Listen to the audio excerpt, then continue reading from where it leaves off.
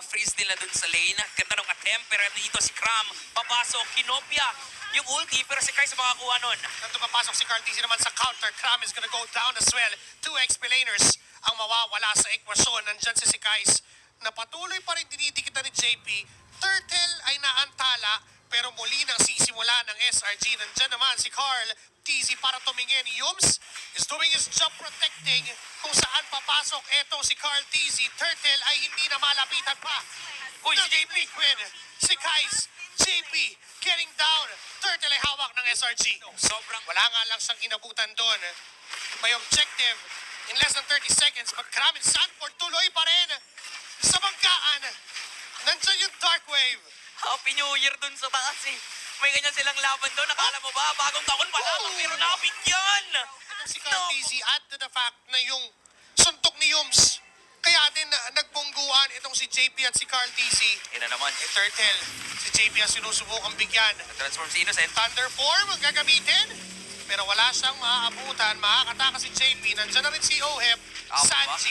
Nandyan. Pero yung Turtle ay tuluyan ng makukuha. Nila. Oo. Diba, as long as hindi namamatay at napipigilang magpayaman, etong si Kiel1, si Oheb, okay lang yan sa kanila, pero parang hindi yata okay yun. Oop! Flicker in. Nagamit na ni JP. Thunder Form. Nagamit na ni Innocent. Makaka-atras. Gahabol. Sila ni JP nandoon sa likod. Si Sanford ay sinubukan siyang setup. Si Kram ay naiwan. Hindi siya napasama doon sa diversion. Ngayon iipitin ng Selangor Red Giants ang cavalry. At sa yung ultimate na kinopya ni Sanford, may higop ng duality. Tuloy-tuloy sa pagtahe ito si Kais. Cartesi goes in as well. Ugi shadow kill na pinagsalu-saluhan ng mga members dito. Kaso buhay pa rin si Kais at hindi tumama yung tulo. Ngayon si JP ang unang babagsak sa hinaba ng teamfight. Ang daming nangyayari pero isa lang yung namatay. At ngayon for SRG, mukhang itutuloy pa yata nila yung kalamangan dito. Sanford again, kinopga yung ulti. Nakita dito itong si Innocent pero makaka-flicker out. Buhay pa rin naman. Ang kaso lang, naiiwan nila si Oheb dun sa taas. Pero mukhang okay lang for SRG. Focus sila dun sa Turtle. Si Carl, merong shadow yan. Di niya na sinubukan pa na pumunta. Alagawin yung Turtle. Inyo na yung tatlong pagong. Pero ngayon si Yums, agresibo sa pwesto. Nakita niya yung dalawang miyembro. Innocent, punished by the GOAT. At tutumba sa kamay ng Team Liquid. And si Kialina, I would like to comment what Sanji did on that play.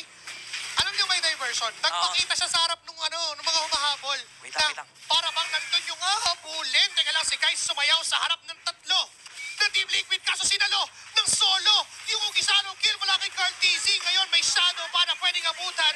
In 2 seconds, nandiyan naka-atras. Si Carl! Carl TZ, pero sa likod, si JP, nagiging target si Oh my Innocent. God! Tutumba sa kamay ng Team Liquid ngayon.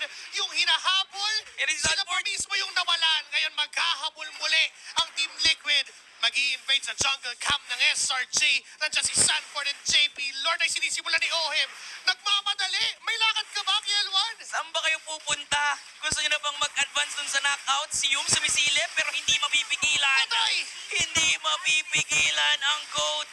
Carl TZ will secure that Lord. At may laban na naman sa taas. Tapos dire-diretso pa na parang hindi gustong promeno ng Team Liquid. Ngayon tatlo laban sa tatlo. Tumalon-talon si Gram. Nandiyan yung Flying Clouds. Mabalik si Innocent. Pero wala na siyang naabutan. Kasi si JP nakatingin pa. Pwede pa niyang ipitin doon. Ando din pwede airstrike mula kay Sandy. Ang sakit na sinasamin. Blazing Domit mula kay Kielwan.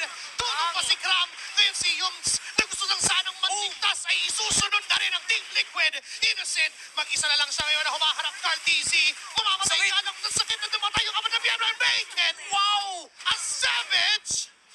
Para kay Innocent! Ubos ang 5 miyembro ng Team Liquid! Sabi ko naman sa inyo.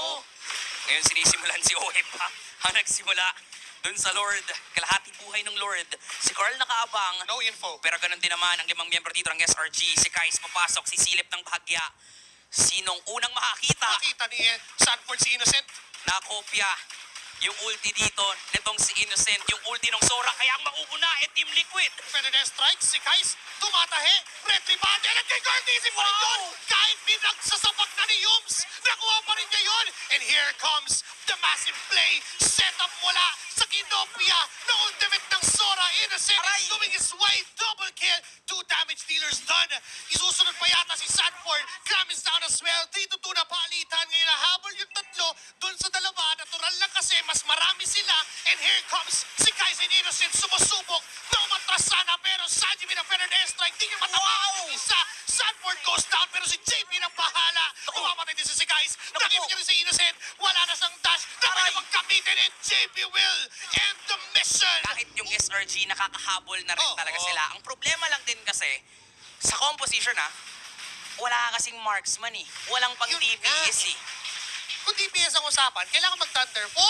Innocent, teka lang. Si Uy, uy, uy, Curtis uy. mainit. Gusto niyang bigyan agad. Wala nang Ugi Shadow kill.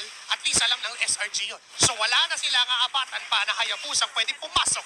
Pero nakahanda na ang Team Liquid na unti-unting pasagin lahat ng inhibitor turrets ng SRG. Sumarch na yung Lord. Diretso dun sa Si Oe pagkababa. po. Ngayon si Oe may sumubok na banatan ng bahagya. Ngayon yung apat na lang na natitira kasi wala na pala si Guys. The rest of the Si bigla. JP sa likod. Ngayon si JP sa likod gusto niyang puntahan ng mga members ng SRG and Team Liquid Ang sakit. slowly but surely na gusto nang kunin at tapusin ang laban kasi